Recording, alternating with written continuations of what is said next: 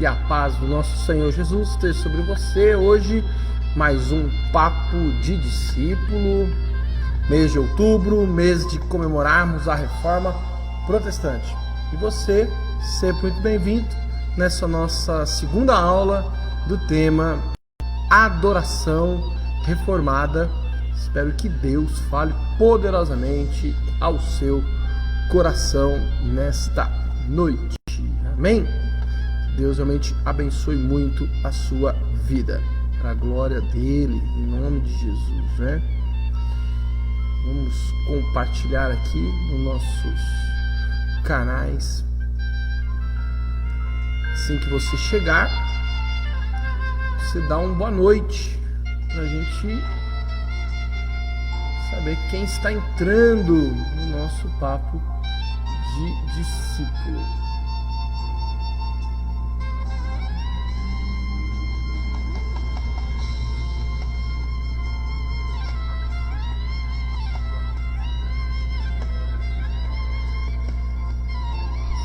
Boa noite, Aparecida, Ibrahim, Deus abençoe grandemente vocês. Deixa eu compartilhar. Edna chegou, glória a Deus.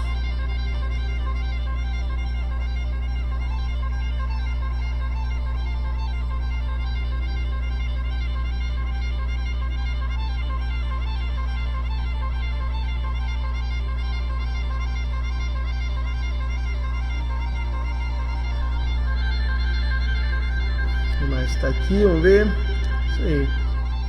Bom. Chegando aqui, compartilhar com os irmãos. Daqui a pouquinho a gente começa a nossa conversa. Deixa eu compartilhar aqui o restante do povo.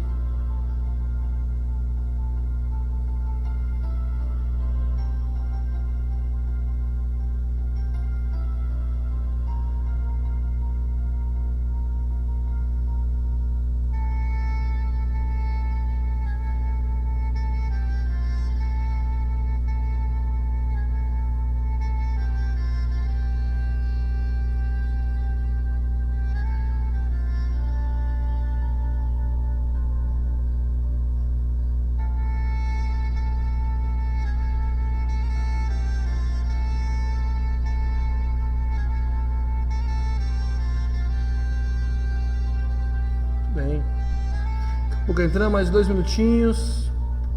Só ver como é que tá aqui. Ah, a música tá tocando, né? Que bom. Bom, bênção de Deus. Que bênção. Vamos colocar aqui no Instagram também. Daqui a pouco a gente entra nele. Que bênção, irmãos. Muito feliz por estarmos. Boa noite, irmãos, aqui do Instagram. Deus abençoe muito a sua vida, em nome de Jesus. Daqui a pouco começamos nosso Papo de Discípulo. O tema, a adoração reformada. Kátia, Deus abençoe a sua vida grandemente. Fique comigo, fique conosco. Vamos, nos próximos minutos, estudarmos a palavra do nosso Deus. Deixa eu ajeitar aqui o meu estudo também, né? Deixa ele arrumadinho, não temos problema.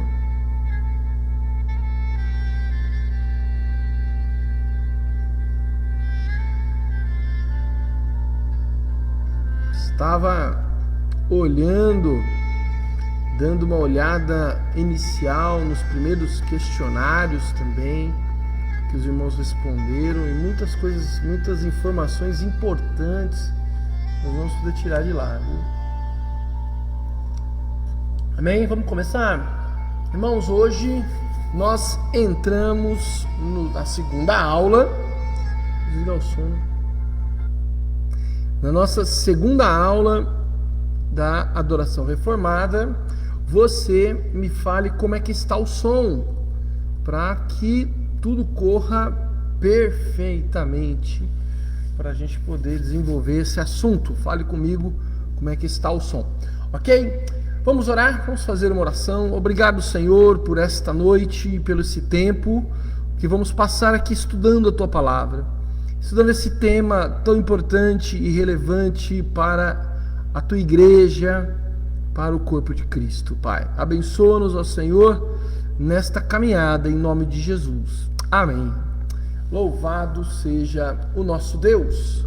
Bom, concluímos na semana passada nosso estudo anterior falando sobre a reforma, naturalmente, e como ela resgatou a adoração bíblica, como Lutero, no seu trabalho, resgata a prática de uma adoração, de um culto, a prática do ajuntamento, na perspectiva bíblica, segundo a palavra, a vontade de Deus. E nesta dinâmica nós entendemos que a adoração consiste num movimento do discípulo, um movimento intencional em direção a Deus, sempre considerando a majestade e a grandeza do nosso Deus. A adoração, a celebração, o nosso ajuntamento enquanto igreja, enquanto povo de Deus, é um movimento responsivo ao amor salvador de Deus. Grave esta expressão, esta frase. Nós nos achegamos à igreja para trazer uma resposta a Deus por seu amor salvador, né? E não para buscar algo de Deus, primeiramente não. O culto, a celebração, ela tem muito mais a ver com algo que eu ofereço do que algo que eu venho receber. E sobre isso nós vamos falar bastante hoje, um pouco hoje. O discípulo é alguém, e aqui você vai entender o porquê eu digo de não buscar algo de Deus. O discípulo é alguém que compreende o seu lugar como filho de Deus. E esta realidade do convertido, do cristão, é fundamental para ele entender o que é o tempo de adoração, da adoração comunitária. Ele é filho de Deus. Como filho de Deus, ele é cuidado por Deus. Como filho de Deus, ele é sustentado, ele é protegido. Nós falamos há algum tempo atrás das promessas do reino de Deus, aqui, acho que foi aqui no Papo de Discípulo também, onde falamos do Deus da provisão, o Deus da proteção, né? O Deus que nos conhece e sabe aquilo que necessitamos e que desejamos, sem mesmo termos falado a Ele. Por isso que o discípulo, ele vem ao culto, ele vem à adoração, não para buscar algo, né, mas como filho. Então ele não centraliza o seu culto em si mesmo. O cristão não centraliza o culto em si mesmo ou em suas necessidades. O cristão, o discípulo, o convertido, ele centraliza o culto no alvo central ou principal do seu amor, que é Jesus. Esta é a diferença daquele que vem celebrar ao Senhor, cultuar a Deus com um coração verdadeiramente de discípulo, de cristão, de servo de Deus, aquele que realmente entende que é filho de Deus, ok? Pastor, o senhor está dizendo que nós não podemos colocar diante dele as nossas necessidades e ansiedades? Não é disso que eu estou falando. Eu estou falando do centro do culto, daquilo que é prioritário no culto, daquilo que é essencial, que é importante no culto. Vou te dar um exemplo. Em muitas igrejas, né, eu já vi isso acontecer. Essas igrejas que têm muitos momentos de oração, de intercessão, eles vêm ao culto depois da pregação, no momento da oração. Então ele entra ao culto, ele vê o pastor pregando, fala: ah, ainda está pregando, pastor? Ah, eu vim para oração. Eu vim para receber oração. Isso é centralizar o culto em si mesmo e nas suas necessidades. Deu para entender isso? Roseli, Deus abençoe. Samara. Isso é centralizar o culto em si ou nas suas necessidades, né? Quando o momento da oração, ele se torna o central. Quando eu vou à igreja, ao culto, e não me preocupo como está o meu coração diante de Deus, como falamos semana passada, mas que Deus tem dever, algum tipo de obrigação em me atender. Lutero tem uma frase célebre, uma frase importante, que é somente Cristo. Ao falar somente Cristo, eu não vou falar em latim, que eu não sei falar latim, Lutero aponta Jesus como centro da fé e também como centro das práticas cristãs. Ou seja, não existe mais uma instituição que possibilita o discípulo se achegar a Deus. Ou seja, a igreja não é intermediária entre o discípulo e Deus. O pastor não é o intermediário entre o discípulo e Deus. E talvez alguém pensar, isso era lá da igreja católica, na época de Lutero. Mas hoje também, muitas vezes, as pessoas colocam o pastor como esse intermediário entre Deus e o homem. E não é isso. O papel do pastor você ouviu ontem. Mas o discípulo entende que é Jesus esse intermediário, é por meio então de Jesus, por meio do seu sangue, Michel, Deus abençoe, por meio do seu sangue derramado na cruz. Hebreus 10, capítulo 10, verso 19 a 21 diz: portanto, meus irmãos, tendo ousadia para entrar no santuário. O santuário aqui é o Santo dos Santos, aquele lugar que só entrava o sumo sacerdote. No Santo dos Santos havia a Arca da Aliança e ela representava a presença real de Deus ali. Agora, o autor de Hebreus fala: olha, vocês tenham ousadia para entrar na presença de Deus pelo sangue de Jesus. Ou seja, pelo novo e vivo caminho que ele nos abriu por meio do véu. Lembra do véu? O véu foi rasgado de cima a baixo, pela sua carne, e tendo um grande sacerdote sobre a casa de Deus. Fica então claro, perceba isso, que para nós, então, o frequentar uma igreja ou praticar uma religião não nos aproxima ou não aproxima ninguém de Deus. Entenda, vir à igreja apenas, buscar o que quer, não te aproxima, não te faz entrar na presença de Deus. E o culto é esse momento, a adoração, é o momento onde a igreja, enquanto corpo de Cristo, adentra a presença do Senhor para adorá-lo, para prestar-lhe honra, culto, homenagem, louvor e assim por diante. Contudo, aquele que apenas frequenta a igreja ou participa de uma religião não se aproxima de Deus. Deus estabeleceu em sua palavra o meio para alguém ou para que alguém possa se achegar a Ele. Entenda, este caminho é por Cristo, seu Filho. Jesus não é constituído somente o Salvador, no sentido daquele que nos leva para o céu depois da morte. Jesus é quem possibilita o salvo, a se aproximar do trono de Deus para adorá-lo. Entenda, irmãos, é necessário então colocar Jesus como o centro da minha adoração. Eu vou à igreja, eu vou ao culto não por causa de mim, mas por causa de Cristo. Eu vou até Deus a partir do sacrifício de Cristo. Eu reconheço que eu só consigo me aproximar de Deus porque Cristo morreu na cruz para me salvar.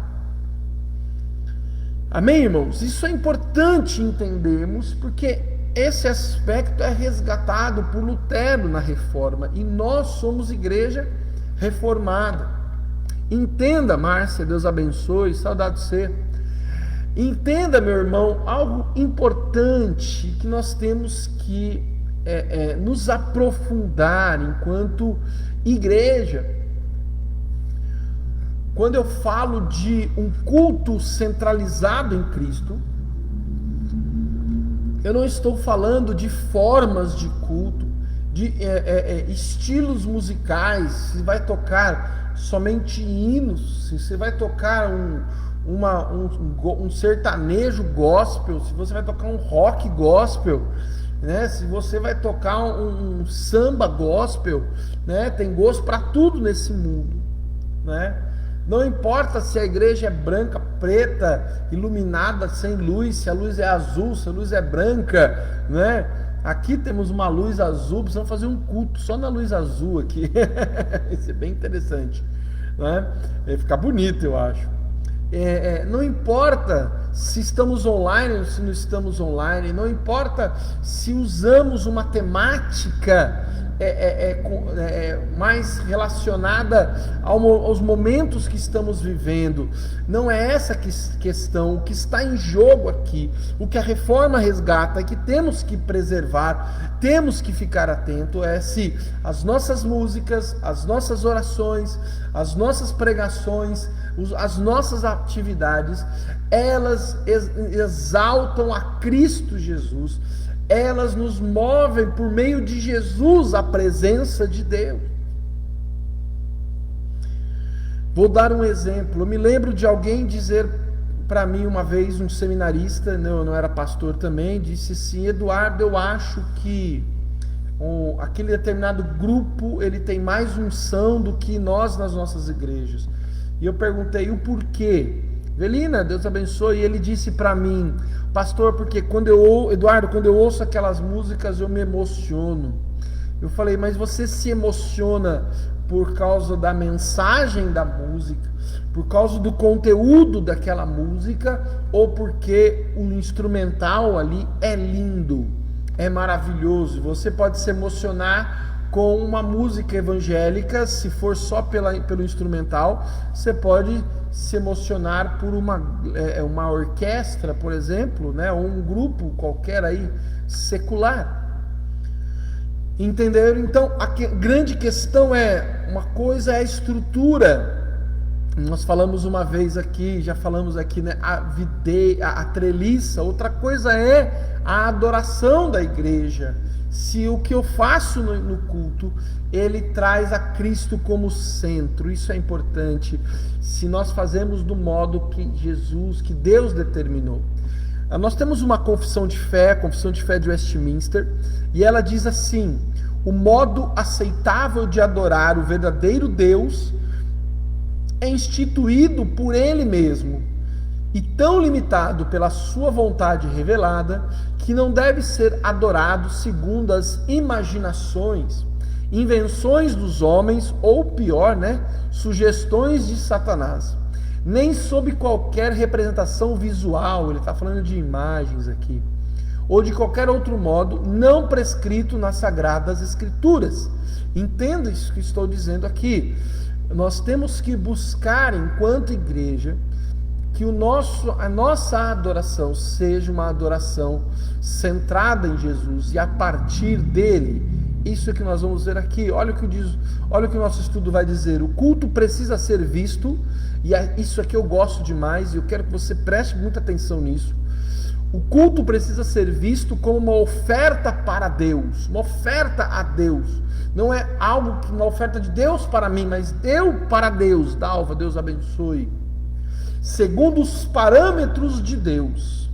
E aqui eu gosto de uma ilustração que eu acho brilhante e nos ajuda a compreender muito bem esta ideia de um culto como uma oferta a Deus segundo os parâmetros do próprio Deus, né? Pensarmos que no culto ou qualquer momento de ajuntamento, que o culto ou qualquer momento de ajuntamento é como uma bela pintura a ser entregue ao seu Senhor. A ideia aqui é que eu e você somos artistas, pintores, e vamos fazer uma linda pintura para o nosso Deus, para o nosso Pai, para o nosso Senhor. Então, as nossas orações, as nossas canções, o amor que vamos destinar aos nossos irmãos no momento do ajuntamento, a atenção e a resposta que vamos dar ao sermão pregado, os sacramentos, a dedicação de recursos financeiros para as necessidades financeiras da igreja e o exercício dos dons e dos talentos que já recebemos. Cada uma dessas partes são partes de um belo quadro que ao final se entrega ou entrega-se nas mãos do Pai como expressão do amor sincero e da gratidão por aquilo que Ele é e tem feito na história dos seus filhos. Esta ilustração é muito, para mim ela é perfeita, porque um quadro, uma pintura a ser entregue a alguém, ela parte do pressuposto do gosto daquele que será presenteado, né? Eu gosto de pinturas de cavalo, por exemplo. Amo aquelas pinturas de cavalo. Imagina o meu filho é pintor e sabe que o pai dele gosta, então ele vai lá e faz uma pintura de gatinhos. Eu gosto de cavalos, mas ele sabe que eu gosto de cavalos. Eu já disse que eu gosto de cavalos, mas ele acha que eu devo receber os gatinhos. Isso não vai me agradar. Eu não vou me sentir amado, eu não vou me sentir respeitado pelo meu filho. Eu vou descartar aquela pintura porque eu não gosto dos gatinhos, eu gosto dos cavalos. Esse quadro, então, que eu pinto para o Senhor no momento da adoração, precisa estar conforme o gosto de Deus, o gosto do meu Pai, para que, ao admirá-lo, este culto seja para Deus agradável. Ele receba isso e fique feliz. Então, nós agradamos ao Senhor. Sérgio, Deus abençoe. Vocês entendem isso? Um culto centralizado, então, em Jesus. Em Colossenses, no capítulo 1, verso 13, Paulo afirma: Ele nos libertou do poder das trevas, falando de Deus, e nos transportou para o reino do seu Filho amado, em quem temos a redenção, a remissão dos pecados. Vamos entender um pouquinho por que o culto é centralizado em Jesus. Ao ser salvo o discípulo, ele é inserido numa realidade baseada na graça e que tem Jesus como Senhor, reino do seu Filho amado. Deus nos coloca debaixo do senhorio do seu Filho. Ou seja, desta forma, toda a adoração parte de Cristo. E ela só é possível por aqueles que experimentaram a redenção, ou seja, a salvação. É óbvio isso, fica claro, se a salvação, se a adoração é somente por meio de Jesus, e ela é centralizada em Jesus, ela só pode realmente acontecer a partir da salvação, a partir daqueles que experimentaram a redenção, né?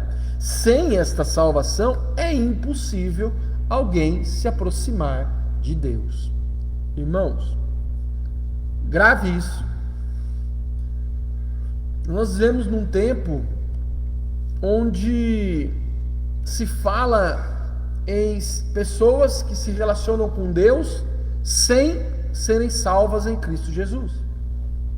Hoje fala-se muito de pessoas que por causa das suas religiões, tem igreja, na igreja tal, na religião tal, tem gente que é mais crente do que muito crente. Essas frases, desculpa a expressão, para mim, diabólicas, né? Não, Não é a pessoa ser boazinha faz ela ter um relacionamento com Deus. Não é a pessoa frequentar uma igreja que faz ela nem ajudar as pessoas, né? Ai, fulano ajuda tantas pessoas. Não, ela não se relaciona com Deus porque ela ajuda as pessoas. Vou dar um exemplo do centurião romano. Diz que ele fazia esmolas. As esmolas dele chegaram a Deus. As esmolas, não ele. Para que ele se achegasse a Deus, Deus manda Pedro ir falar com ele e falar de Jesus para ele. Porque Deus não vai contra a sua palavra. Olha, eu vou salvar esse rapaz. E Deus decide salvar o centurião romano. E por meio de Jesus, então, ele tem um relacionamento com o centurião romano. Fora disso, ele não tinha. E isso aqui é para nós louvarmos a Deus, irmãos. Um dos maiores privilégios do discípulo de Jesus é que em Cristo ele tem acesso a Deus. O acesso a Deus dele é livre. Você pode, se você é um discípulo convertido de Jesus, você pode dar glória a Deus. É um grande privilégio. Por isso que vir ao culto, adorar a Senhor, orar a Deus, não pode ser algo feito de qualquer jeito. Não pode ser feito de forma relaxada, de forma de qualquer, né? Porque é um privilégio. É uma grande oportunidade. Mesmo que você assista o seu culto em casa. Não estou falando que você tem que pôr terno, mas fazer desse momento um momento especial é fundamental. Um momento de realmente dedicação ao Senhor Jesus. Amém? Vamos seguir em frente. Nesse sentido,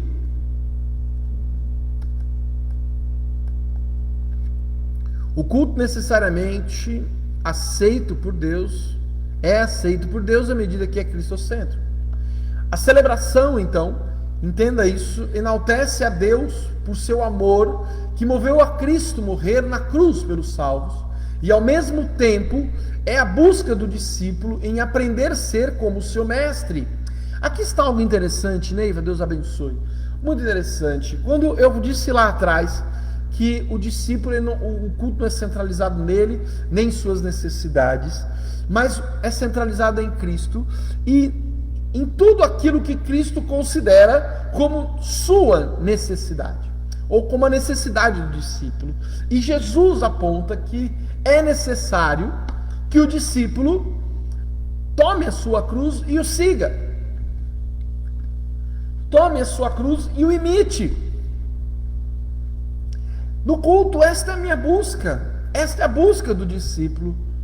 Deus está cuidando da sua vida, mas agora eu quero ser mais como Jesus. Como Paulo diz, estou crucificado com Cristo. Este é o lugar onde eu quero estar, onde eu preciso estar, crucificado com Cristo Jesus. Eu não quero aqui te frustrar, nem te desanimar, mas eu quero te apontar ou te levar a uma forma de cultuar a Deus interior, talvez totalmente diferente, mais bíblica, mais cristã, mais de acordo com a vontade de Deus. Nesta quarta-feira nós teremos a nossa noite de esperança e nós vamos ter o culto aqui. Então você venha com um coração diferente, venha com uma postura diferente, venha não pensando em trazer suas necessidades ou o que Deus vai fazer comigo, mas venha com a disposição de adorar a Deus, oferecer a Ele uma oferta, uma pintura agradável, uma adoração em Cristo Jesus. Pergunte a Cristo como o Senhor quer que seja o culto desta noite. Domingo, se você não vê na quarta, faça isso, faça essa diferença, faça de um jeito diferente. Amém? Seguindo o nosso estudo desta adoração reformada, uma adoração cristocêntrica, Paulo fala em Colossenses ainda e nos aponta que Jesus é o primogênito de toda a criação, ou seja, tudo, diz o texto, foi por meio dele criado e tudo é para ele. Inclusive, o culto bíblico é realizado por meio de Cristo e para Cristo. E aqui voltamos na nossa eclesiologia, porque Cristo é o cabeça da igreja. O texto de Colossenses fala isso, Cristo é o cabeça da igreja. Então, adoramos a partir do jeito, da vontade de Cristo, conduzidos por Cristo, conduzidos pelo Espírito Santo, e em reverência e adoração, louvor e adoração a Ele. Diz o texto, Ele é a imagem do Deus invisível, primogênito de toda a criação, pois nele foram criadas todas as coisas, nos céus e sobre a terra, as invisíveis e as visíveis e as invisíveis, sejam tronos, soberanias, principados ou potestades, tudo foi criado por meio dele e para ele. Ele, verso 17, antes de todas as coisas, e nele tudo existe e subsiste, ele é o cabeça do corpo, que é a igreja. Amém? Um culto cristocêntrico, essa é o que Lutero resgatou na Reforma Protestante. Agora, neste culto cristocêntrico existe dois elementos que são fundamentais e não podem ser jamais banalizados. Na realidade, são fundamentos que sustentam esta centralidade do culto, que são os sacramentos. Nós não podemos transformar os sacramentos num apêndice.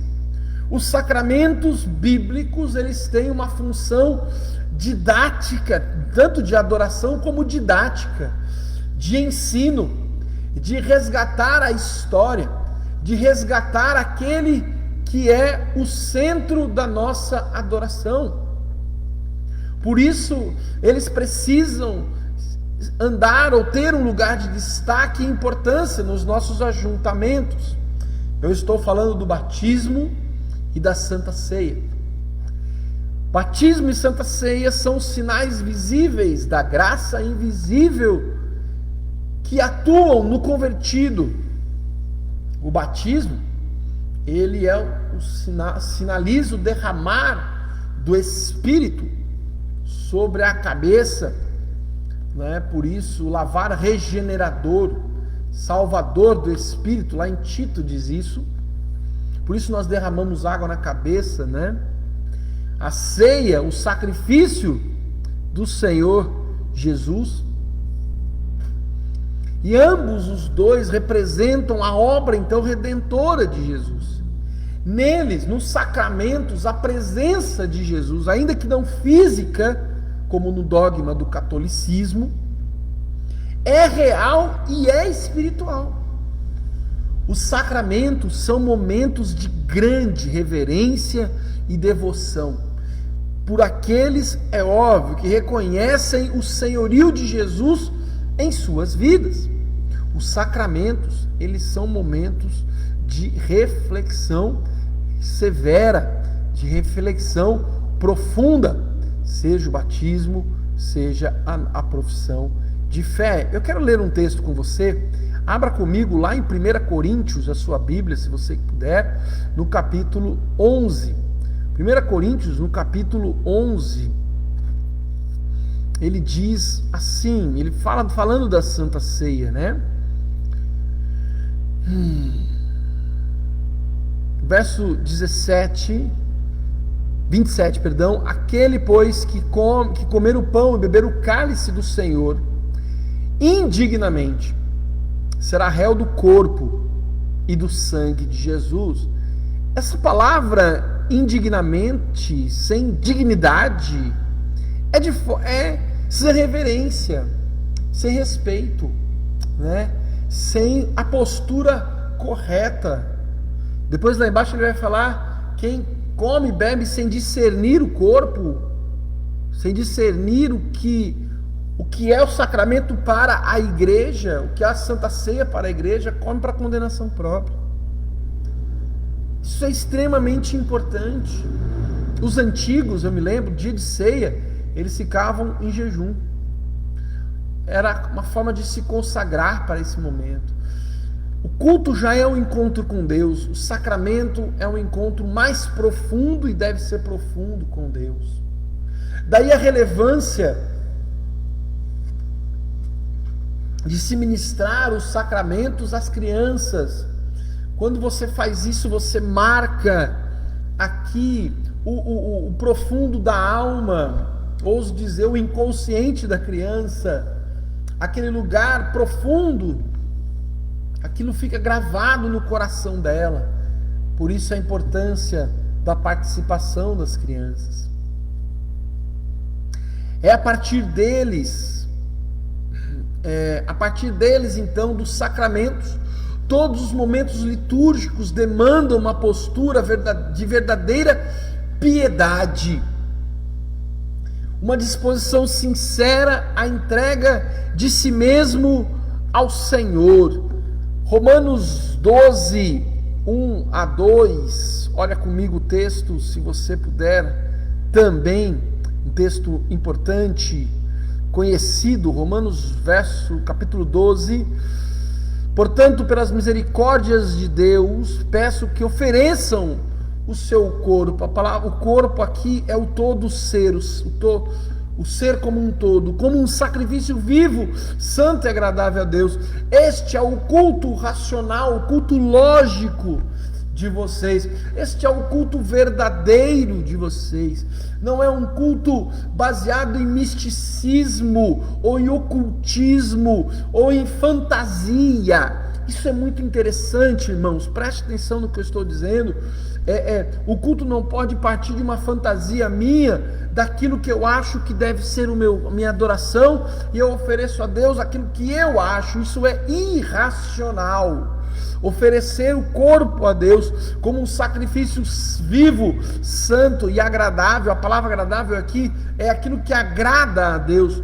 Vivo, porque é algo que envolve paixão, amor, a vida. Santo, porque precisa ser a base da santidade, da piedade, da confissão, do coração quebrantado. E agradável, porque é do jeito que Deus quer, agradável a Deus. Isso é um culto racional. Amém? Muito bem. Perceba então, e volte-se para o seu batismo. Ontem nós perguntamos aqui, quando você se tornou membro, foi batizado, fez a sua pública profissão de fé. Eu sei que é difícil às vezes a gente lembrar, né? Quem fez o nosso batismo. Eu me lembro que é a data certinha. A data eu não lembro muito bem, não.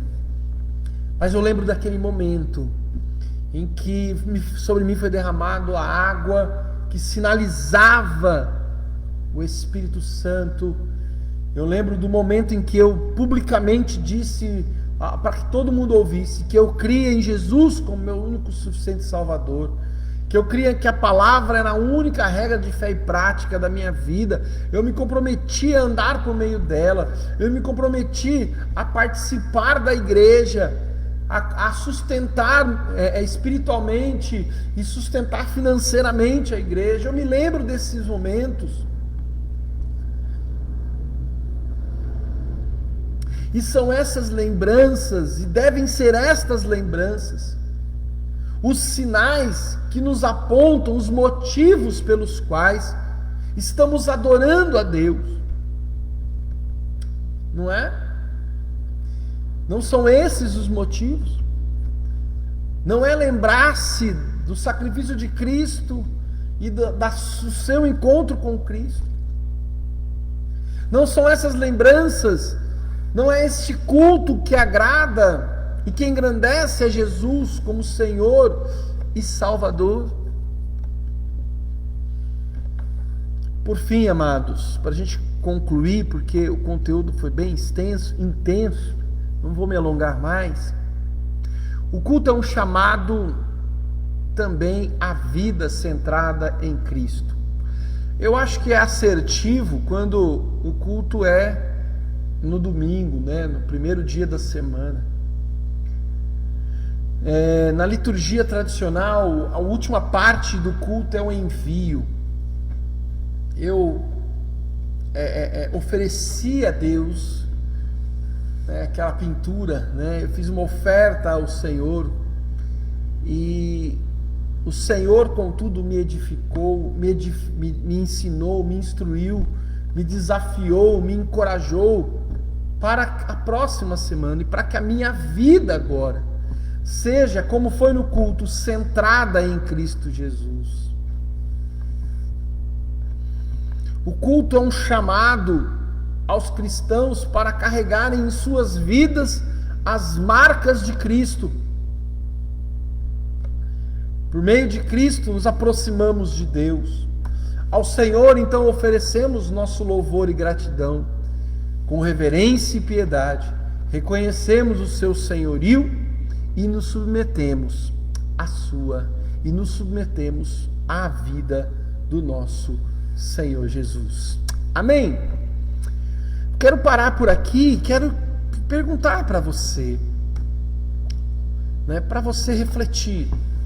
O culto deste domingo, seu, aquele que você ofereceu a Ele, foi centrado em Cristo Jesus?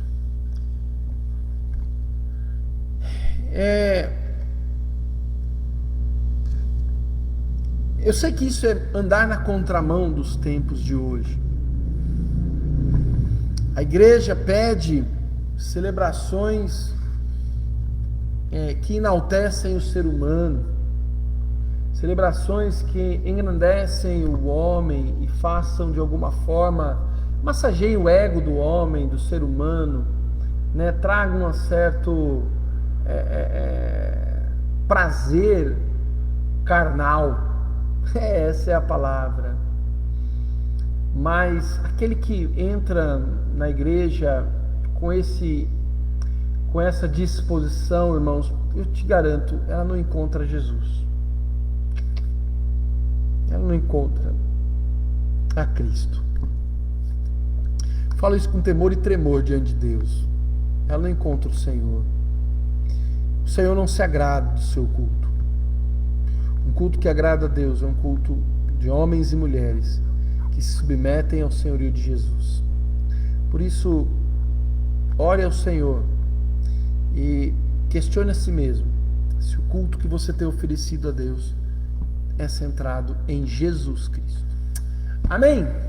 Irmãos, perguntas vocês mandem para mim pelo WhatsApp, mandem pelo Facebook, ok? Eu estou aqui à sua disposição. Esse tema é muito gostoso, daria para ir mais além um pouquinho, mas eu acredito que doses homeopáticas às vezes são melhores. Vamos indo devagarzinho e aí vamos aprendendo. Semana que vem continuamos com esse tema, a adoração reformada. Vamos falar de um outro tema, de um outro título. Deixa eu pegar o título que nós vamos compartilhar, né? O ápice da celebração reformada. Você sabe qual é o ápice, o ponto alto da celebração reformada, né? Vamos pensar nisso semana que vem, vamos entender qual é o ponto alto da celebração ou da adoração reformada. Amém? Fica meio fácil, mas vamos lá. Nós vamos estudar para aprender um pouquinho mais. Tá joia, queridos? Que bom que você esteve aqui comigo, conosco. Deus abençoe a sua vida. Lembrando que amanhã eu não vou estar presente, a igreja não vai estar aberta na parte da manhã, mas teremos o delicioso momento do círculo de oração. Eu sempre acompanho, não vou acompanhar amanhã. Vou estar em Marília, orem por mim. Vou estar indo para lá buscar o meu pai para uma cirurgia. Para uma consulta, perdão. Mas vamos ter, né, Dalva? Dalva, as irmãs aí, cadê as irmãs? A Kátia, a Roseli, Neiva e a turma toda aí. Cida, Edna. A Edna vai estar lá em Ubarana, né? Não vai vir. Mas vamos ter a nossa ciclo de oração. Um tempo maravilhoso na presença de Deus. Vem orar, que é um tempo muito, muito gostoso. E na quarta-feira vamos ter nossa noite de oração, nossa noite de esperança, às 20 horas aqui no templo, presencial. Vai ser uma noite gostosa também, palavra de Deus para o seu coração, um tempo de orarmos uns pelos outros, expressarmos amor uns pelos outros, né? Geralmente é uma palavra mais até participativa, todo mundo conversa, é um tempo mais íntimo, né, da igreja, e é muito gostoso. Então traga um visitante, se você vier, traga alguém na quarta-feira, vai ser muito gostoso, amém? Domingo nós temos o nosso culto, 30 minutinhos de culto, depois voltamos para o nosso planejamento. E eu quero dizer para você que esse do ontem foi maravilhoso, foi lindo. Todos vocês, irmãos que estiveram aqui, estão de parabéns. E você que não veio, não deixe de estar nesse próximo domingo, porque você é importante, você é insubstituível. A sua opinião, a sua ideia, a sua visão sobre a igreja é extremamente importante para nós. Então venha, participe do culto. E eu peço para meus irmãos que estão aqui online que olhem lá na listinha dos membros, dá uma olhada, dá uma lembrada aí na memória, aqueles que não vieram no domingo, e vamos incentivar, né? Foi bênção, foi maravilhoso, eu creio que todo mundo gostou, foi especial. Então vamos convocar os irmãos, liga para os irmãos que não vieram, irmãos, ó, se você não veio, é importante, venha, vai ser um tempo de Deus, amém? Vai ser maravilhoso. Eu creio que esse domingo próximo também vai ser muito especial, e nós vamos ter uma igreja ainda mais forte, uma igreja ainda mais relevante nesta cidade, e principalmente uma igreja centrada em Jesus, que glorifica a Deus, nas suas atividades, nas suas programações, e uma igreja que cresce porque alcança a vida dos perdidos. Amém? Eu estou animado, estou muito animado. Glória a Jesus, mesmo, que bênção. Deus abençoe meus irmãos, que a graça, que a bondade e o amor de Deus esteja sobre a sua vida hoje e sempre. Amém. Fique com Deus, meus queridos, em nome de Jesus. Fique com o Senhor.